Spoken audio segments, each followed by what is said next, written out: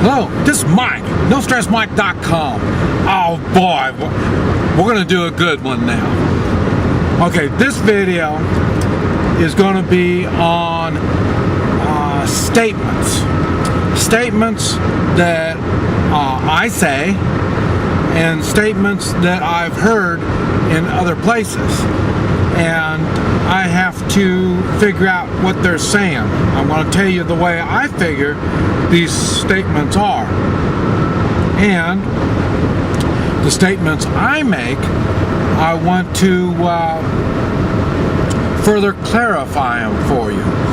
I want to make sure that you understand where I'm coming from when I make these statements, because people tend to, when I say something, they think it's something different than what I'm saying. So I want to try to clarify different statements.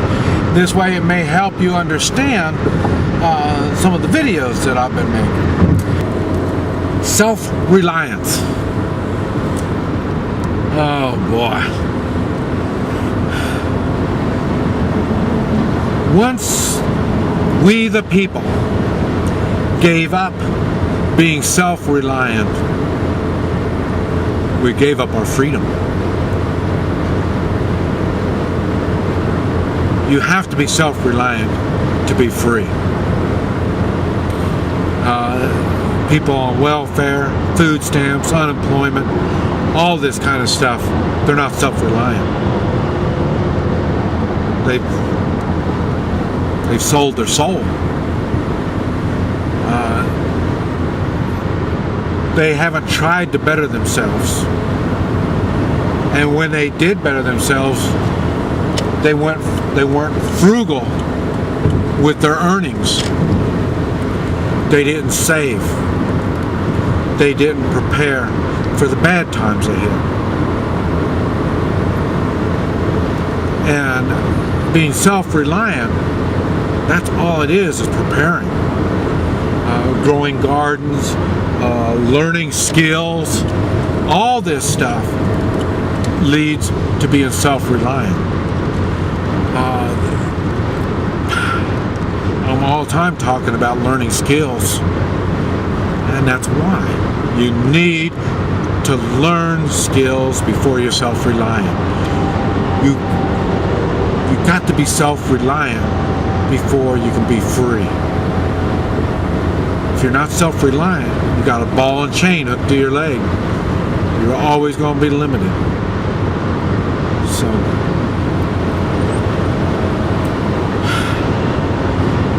you've got to do what you have to do.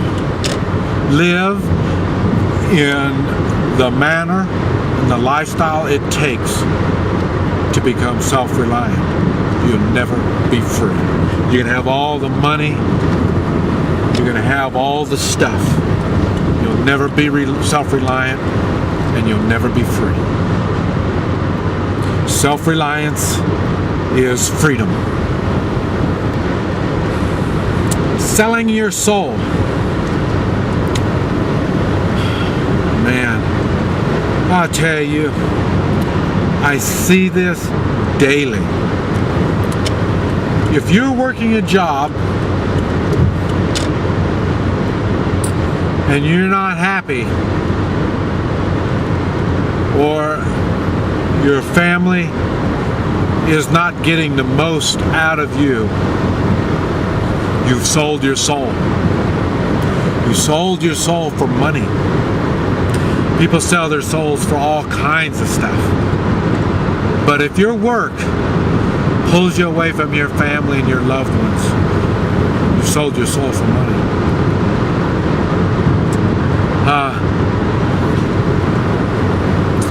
If you're a bureaucrat, you're in some kind of a position where you were led to believe you have authority over people. And either you've got regulations to back you up, the law backs you up, whatever this kind of stuff is.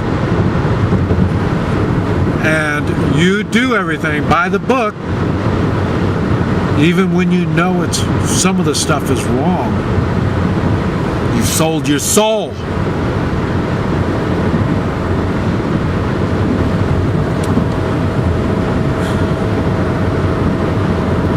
I screwed up when my children were in college. It was a big screw up. I did a big screw up. They came to me and they said, Dad, they want me to learn stuff that's wrong. It's incorrect. I didn't go to college at that time. That was before I went to college. So I didn't know. I didn't know what was going on. So I screwed up. And I told my kids, sometimes you have to do what you got to do to reach the goals that you're trying to grasp.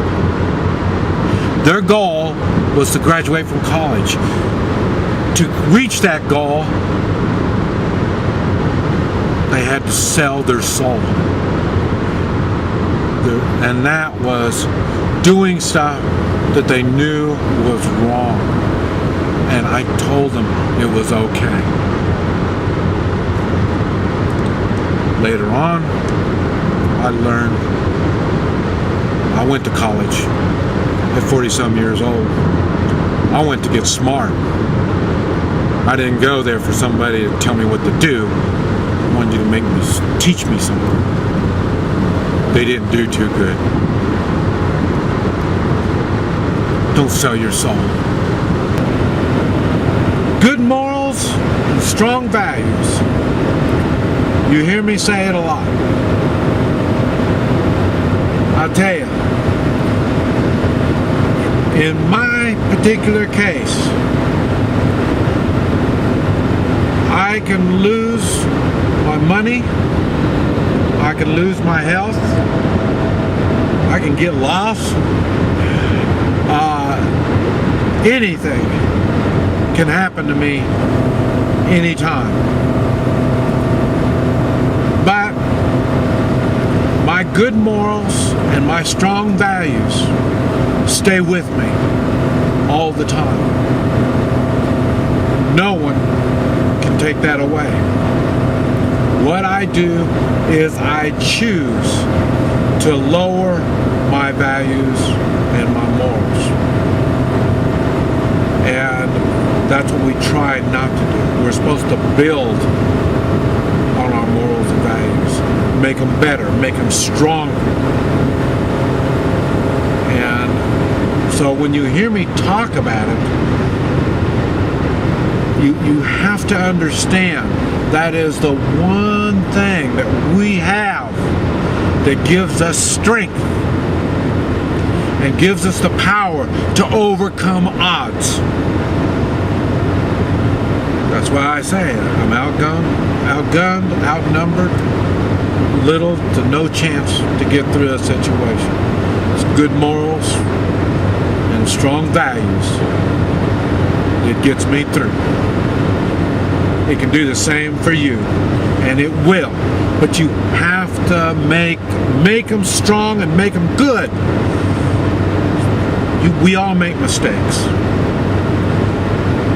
You apologize when you make a mistake, or if you can, you correct your mistakes and go on. You have to try to want to improve to make it work. Good morals and strong values, we need them. We need them as individuals, we need them as a community, and we need it as a country. Okay, doing the right thing. I'm always talking about doing the right thing. I'll tell you, the right thing is seldom easy when you start. The easiest way is just go along with the crowd. Don't question stuff. Just do what you're told. That's the easiest. The right thing calls a commitment. You have to put a commitment to do the right thing.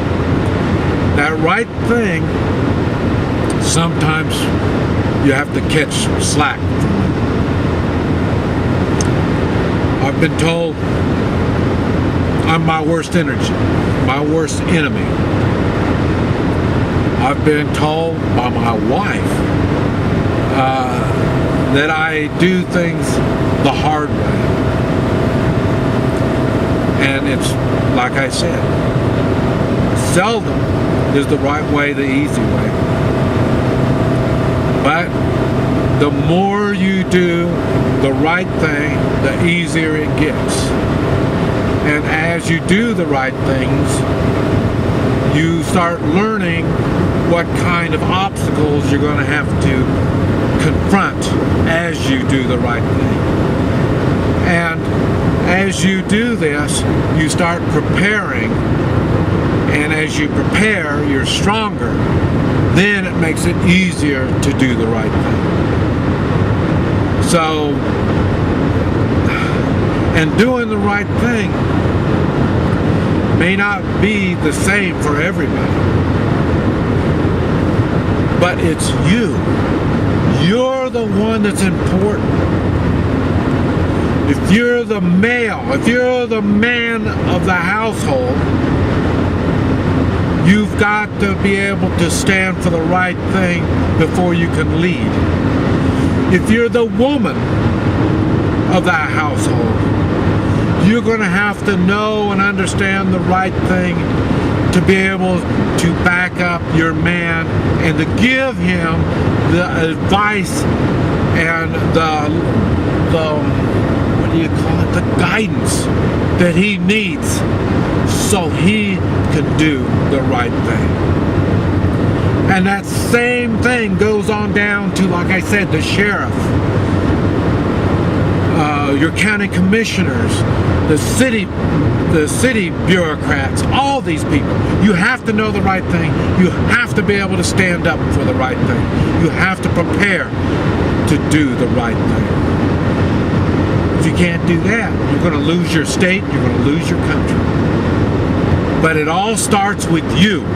You have to do the right thing. Think about it. The right thing, doing the right thing, is, in time gives you strength. It gets easier. That gives you the character that you need. That character will lead you through all of the problems that you'll be facing. Adventure. You know, one thing that I've learned, people get so set in their ways. They have forgotten. They've lost their youth. When you're young, you look at life as an adventure. You get old. You get set in your ways. You don't want to take any chances. You don't want to rock the boat. You're waiting to die. Think about the adventure in life. I go from one adventure to another adventure. I'm going kind of overboard. But that's because I need a woman to get me calm down and we can start scheduling these adventures. But you do need to look for different things to get yourself involved in. Learning skills, having fun, going places, doing something with your life. These are all things that you need to look at as an adventure. And it'll help you during a crisis, during disaster, this type of stuff. It's just an adventure. And this will help give you the strength to get through these situations. But adventure is what life is made of if you let it. You can learn a lot from adventure. Don't be scared of it. It's our friend.